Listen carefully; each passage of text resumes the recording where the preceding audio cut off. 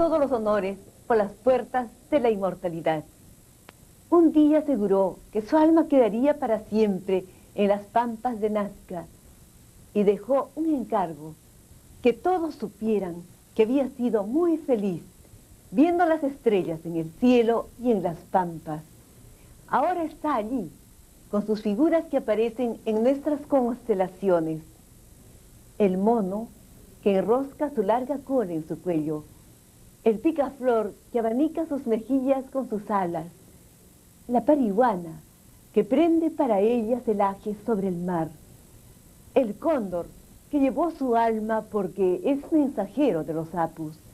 Y todas las criaturas que fue descubriendo en largos años.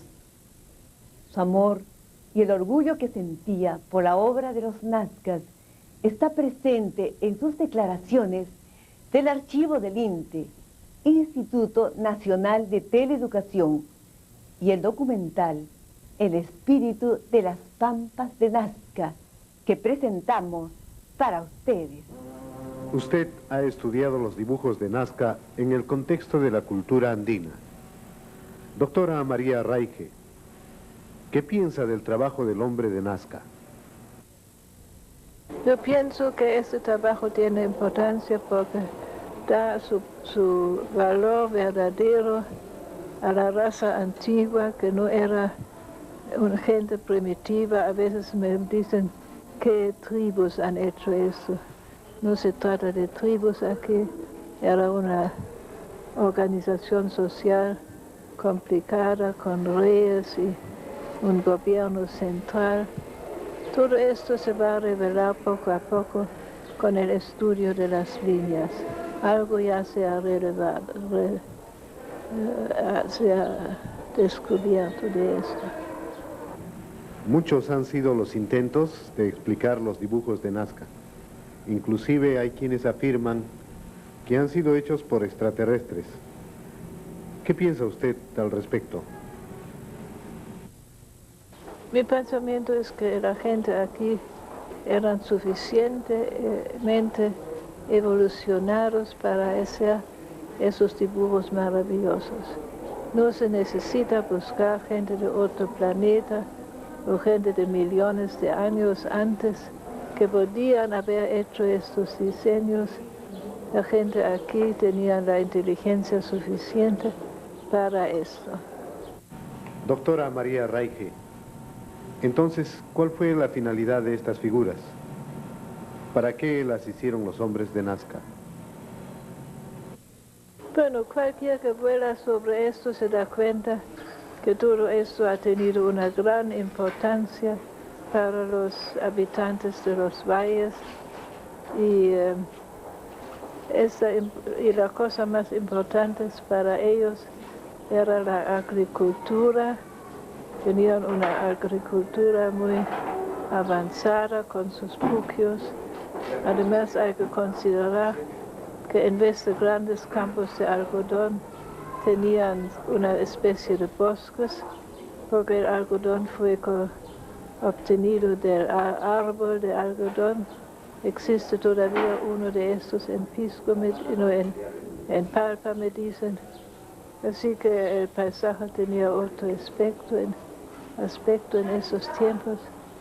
Y había bastante población y que tenían sus necesidades para reconocer el tiempo del llegado de las aguas, para preparar los campos a tiempo, y tenían una clase especial que tenía esto a su cargo, justamente los amautas. Por eso yo soy tan orgullosa que conectan mi nombre con la palabra amauta, y ellos dictaban el tiempo de cosecha y sembrío y la distribución de los alimentos a través de los meses secos del año por medio de sus observaciones del horizonte. También la luna, como todavía la gente del campo saben en qué épocas de la luna deben ser sembrados los diferentes productos, Ahora este conocimiento se pierde en las cooperativas que tienen dirección de ingenieros que no consideran estos conocimientos antiguos, pero quizás se va a volver a encontrar el camino combinando los conocimientos antiguos con los actuales. Importante es que el cuidado de las líneas sea hecho de los que aprovechan más de estas líneas, es decir, las compañías aéreas, a los cuales el gobierno debe ayudar dándoles una estación de radio y transmisores para que los pilotos puedan informar a la policía si ven algunos intrusos entre los dibujos. Doctora María Raige, en los estudios que usted ha realizado sobre la cultura nazca, ¿qué relación encontró con otras culturas? Yo creo que la cultura americana es más conectada que uno cree. La cultura de los países de Colombia, la cultura antigua de los países vecinos, Colombia, Ecuador, Perú, un poco Chile también, más que nada Bolivia. Yo creo que había grandes conexiones. Argentina también. En Argentina también se habla quechua en muchos sitios. En Ecuador también la cultura de aquí era difundida sobre grandes áreas. Doctora Raige, ¿cree usted que hay alguna concepción cósmica en las líneas de Nazca? ¿Cósmica? Sí, cósmica. Lo que quiero decir es que si hay alguna relación entre las figuras y las constelaciones. Ya, de constelaciones. Las constelaciones en todos los países antiguos del mundo les han dado gran importancia, les han considerado como divinidades y a las cuales se podía implorar para mandar condiciones favorables.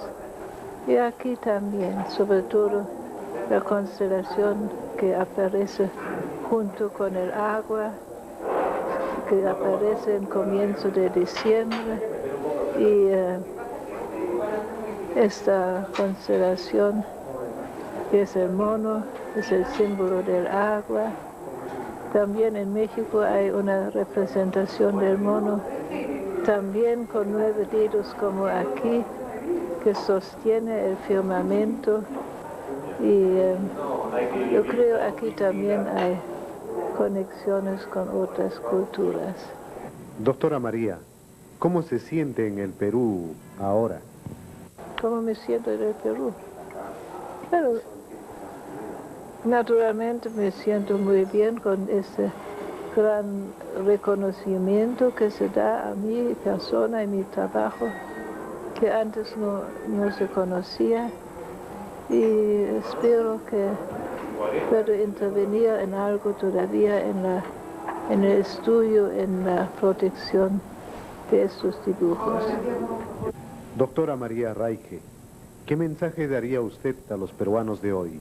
Que tengan conciencia de su propio valor, que no haya discriminación y que vean los valores intelectuales que hay también entre la población más humilde, porque a un hombre humilde que estudia medicina o otra cosa se le manda al extranjero y surge, se encuentra trabajo en grandes hospitales, mientras que aquí no tiene chance para prosperar. Eso tiene que cambiar. El Perú tiene que tomar conciencia de su propio valor y no solamente una clase limitada.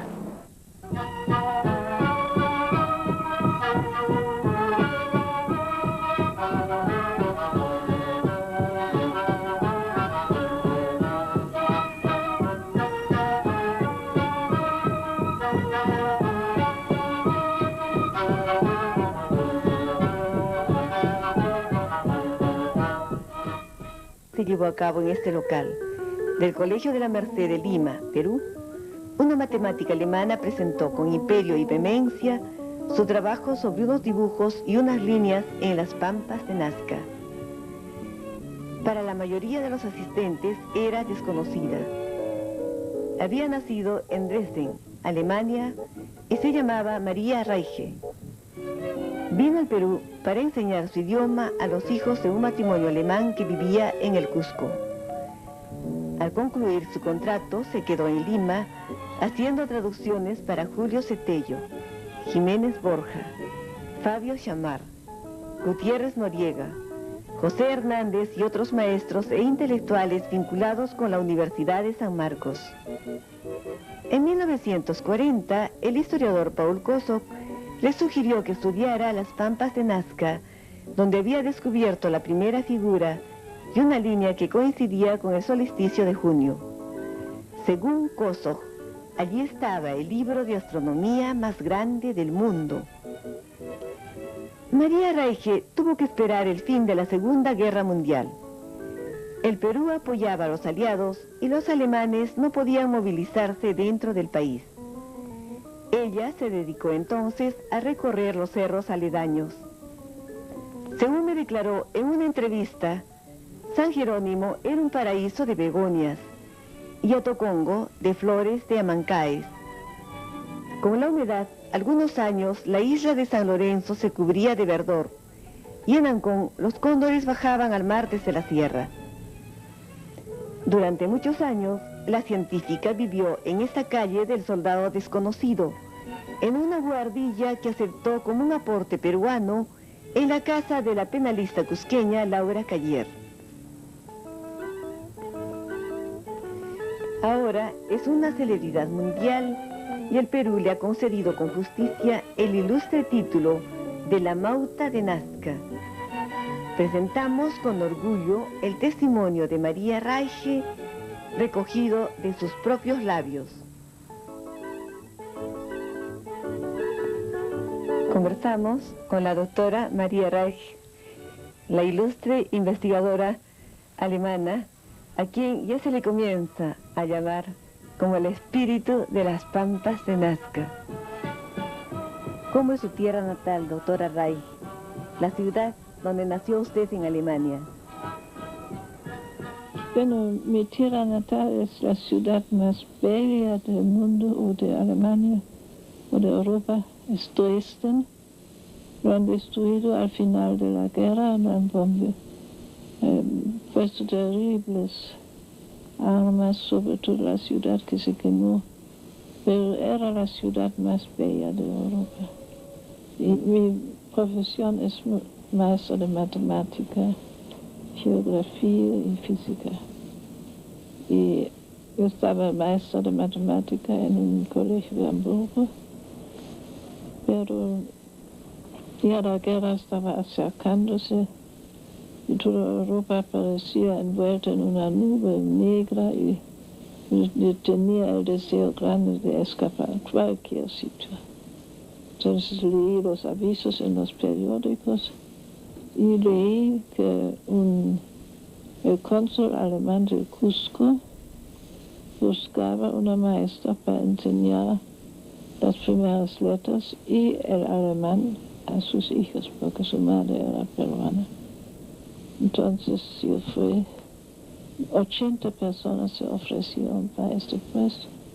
Yo tenía la gran suerte de ser escogido para eso. Ese era el día más feliz de mi vida. Y así vine al Perú, pues. Me quedé en Cusco 2 años, después fui a Lima y seguí enseñando clases particulares por gran parte y estudiando el castellano. Yo hice traducciones para científicos peruanos, para el doctor Tello, para el doctor Honorio Delgado, para el doctor Gutiérrez Noriega, famosos científicos, Fabio Chamar, Hernández, gente así. Cuando María Raige pudo viajar a Nazca, la pampa le impactó. En el pedregal marrón, cubierto de óxido, había un mensaje. Según escribió, sus enormes dimensiones y la exactitud asombrosa con la que fue ejecutado son comparables a las pirámides de Egipto. Pero en lugar de levantar la vista hacia una obra tridimensional, se observaba extensas planicies cubiertas con dibujos geométricos y figuras que parecían haber sido hechas por manos gigantescas en un inmenso tablero. La primera figura que vio Kosok buscando restos de una irrigación antigua fue un pájaro. La segunda que encontró ella fue una araña. María Raige reconoce siempre la ayuda del Servicio Aerofotográfico Nacional. ¿Cuál fue su primer conocimiento sobre las pampas de Nazca? Es también pura casualidad, porque haciendo una traducción para un científico norteamericano que quería dar su conferencia en el Congreso de Americanistas en el año 40, y quería dar la conferencia en castellano. Entonces, él había tenido otro traductor, pero usaba un lenguaje muy florido en castellano. Entonces yo le tradujo su conferencia y así le conocí. Y él fue a Nazca no para ver las figuras, él no sabía nada de las figuras, sino quería ver la compañía Fawcett en ese tiempo había abierto una línea entre Lima y Nazca.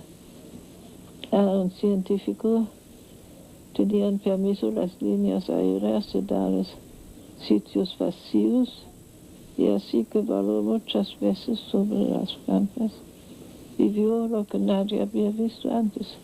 Ese doctor americano, doctor Paul Kosok de Long Island University, tenía justamente como su especialidad el estudio del desarrollo de la irrigación artificial en los sitios desérticos.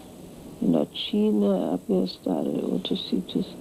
Entonces eso cae justamente en su campo de estudio.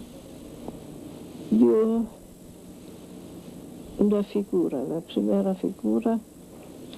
No sabía que era un pájaro, pero hizo un plano bastante exacto, y sabiendo después cómo eran las figuras, ya podía reconocer que era un pájaro. Y el mismo día estaba en un centro de líneas. Esos centros existen donde muchas líneas salen en forma de rayos en diferentes direcciones, y vio el sol ponerse exactamente en la dirección de una de estas líneas, y se acordó que era el 21 de junio, entonces dijo, esta es una línea astronómica, y yo creo que todo este inmenso conjunto de dibujos puede ser el libro astronómico más grande del mundo. Yo no podía estudiar más aquí, y por eso me escogió para que siga este estudio. Fue una gran suerte para mí.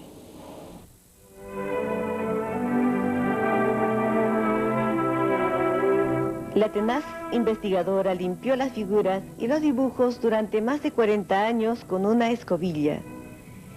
Inmersa en el desierto, fue como una gota viviente que no se evaporó con el sol canicular porque estaba blindada de sueños. En ese tiempo, su magra figura se hizo familiar a los habitantes silvestres de la pampa. Cuando se quedaba de noche, los hueriqueques recogían sus alas para dormir a su lado, y las arañas pigmeas, con cabecita de oro, seguían tejiendo sus telas. Expuestas al calor y al frío, sus carnes adquirieron la dureza de las escamas de los saurios, dice su biógrafa Clorinda Cayer, mientras el relente solar acuchillaba sus ojos hasta que se quedó sin luz.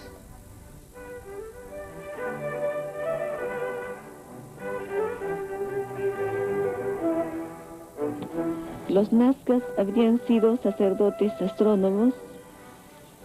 Sí, seguro.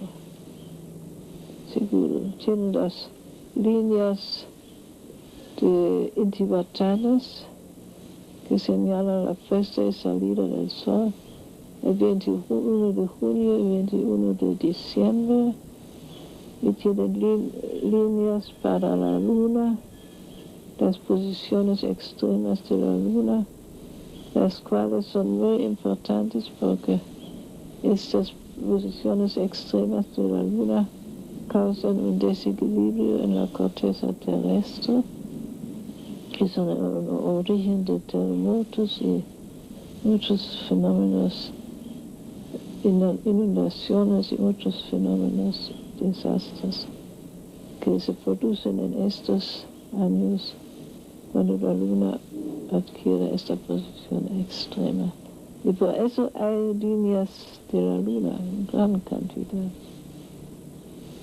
El cuadrilátero al lado de la araña y 11 líneas casi paralelas que siguen a esto, tienen esta dirección especial, y poco a poco se va descubriendo más y más evidencia de esta idea. Lo más importante para esta gente era la llegada del agua en los ríos. Y cada año se preguntan cuándo vendrá el agua en los ríos. Viene agua, a veces no viene ningún agua, y trataron de conectar los fenómenos en el firmamento con la aparición de las lluvias en la sierra que llena los ríos y permiten hacer la irrigación de los valles de la costa. Y habiendo visto en la conexión con la llegada del agua y los fenómenos en el firmamento, podían predecir cuándo se puede esperar el agua. Sabían mucho más que nosotros, yo creo, sabían si iba a venir más agua o menos agua. Y por eso eran los sacerdotes también que usaban sus conocimientos, por ejemplo, los conocimientos, la predicción de los eclipses, lo usaban para tener más poder, igual como en la China, donde el emperador de la China tenía que saber la fecha de los eclipses para decir al pueblo: si ustedes no se portan bien, vamos a hacer desaparecer el sol. Y cuando los astrónomos le habían dicho que ahora viene el eclipse, el emperador dijo al pueblo rebelde: si ustedes no se portan bien, y se va a desaparecer el sol, y comenzó a desaparecer. Estoy segura que lo mismo han hecho aquí también, que sus conocimientos, grandes conocimientos, los que tenían, los usaban para sujetar al pueblo. Doctora Rey, las figuras de las pampas de Nazca tienen relación con las constelaciones de nuestro hemisferio. Sí, yo creo esto. El ejemplo más claro es la figura del mono, porque la figura del mono está conectada con un largo triángulo que tiene dirección hacia la constelación de la Osa Mayor, o el Carro. La Osa Mayor se ve todavía en esta latitud, encima del horizonte, pero se ve al revés. Y la Osa Mayor o el carro, el timón del carro serían los brazos del mono en posición de recoger algo, y el triángulo está dirigido hacia la salida de la estrella más grande de la Osa Mayor. La araña puede ser Orión, una astrónoma americana ha confirmado esto. Tiene la forma de la constelación Orión, angosta en el centro y con esto está trabajando ahora mi sucesora, una astrónoma americana que era una vez directora del planetario de Chicago, y ella está decidida de dedicar muchos años al estudio de todo esto.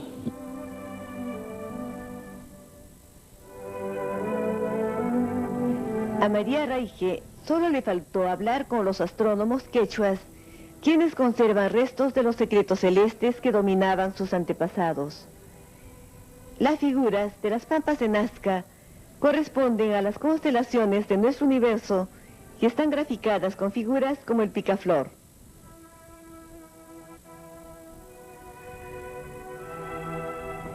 Entre otras de nuestra fauna y flora. Según María Raige, la figura del hombre con cabeza de lechuza, que representa la sabiduría de los rectores de astros y estrellas, señala con una mano el infinito y con la otra la tierra, indicando su relación con la vida de las plantas, los animales y los seres humanos.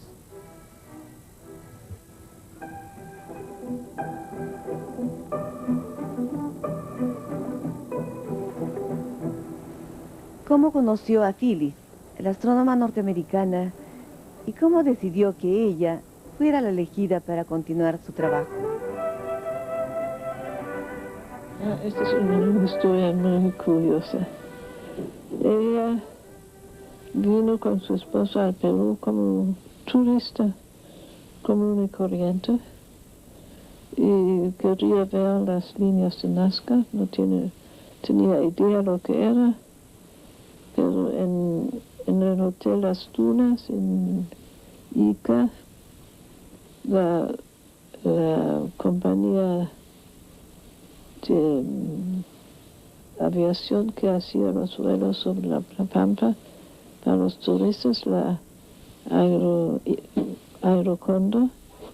Esta compañía también tenía una dependencia en Ica para la gente que no tenían tiempo de ir a Nazca y podían venir de Lima a Ica y volar sobre la Pampa y regresar de Ica. Así era su plano. Pero cuando ella había volado sobre los dibujos, estaba en el Hotel de las Dunas otra vez. Entonces, de repente dijo, yo quiero ver más de estos. Y yo quiero ver a María Raige. Entonces me llamó por teléfono si podía el día siguiente tomar lunch con ella, almuerzo con ella. Y yo dije, sí, claro. Nos conversamos un poquito y me olvidé, pero en todos los días siguientes yo veía la imagen de esta persona en mi mente, se me representaba y yo pensé, esto debe ser mi sucesora. ¿Cómo la convenció usted para que venga al Perú? Yo le mandé un pequeño verso. En ese tiempo todavía no, ya mis ojos estaban malos, no podía escribir una carta, entonces le mandé un cassette. Un canto de sirena, dice usted. Sí, el canto de sirena que la atrajo. El canto de sirena es así. Daisy, Daisy, give me your answer, do. I'm quite crazy for you to come to Peru, for I think you are the right one to follow in my footsteps, at least for a while, so please don't delay and give me your answer soon. Después dije, usted debe pensar que estoy borracha, pero yo nunca toco una gota de alcohol. ¿Y qué pasa? Yo estaba sentado al lado de la piscina, de repente vino un telex, yo vengo, feliz, tal y tal día. Y este era el segundo día más feliz de mi vida, cuando Phyllis dijo que iba a venir, porque yo estaba tan preocupada por el futuro del estudio de la Pampa y la protección de la Pampa y todo esto. Yo dije, esta cosa tan preciosa debe ser tratado como un manuscrito muy frágil, un pergamino que se guarda en las bibliotecas, en un cuarto especial donde tienen acceso solamente los científicos más eminentes, nadie más.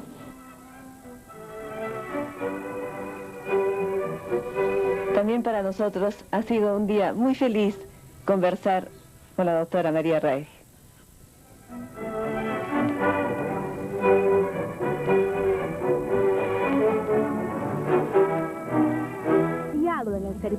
Inaugurada por el 80 aniversario del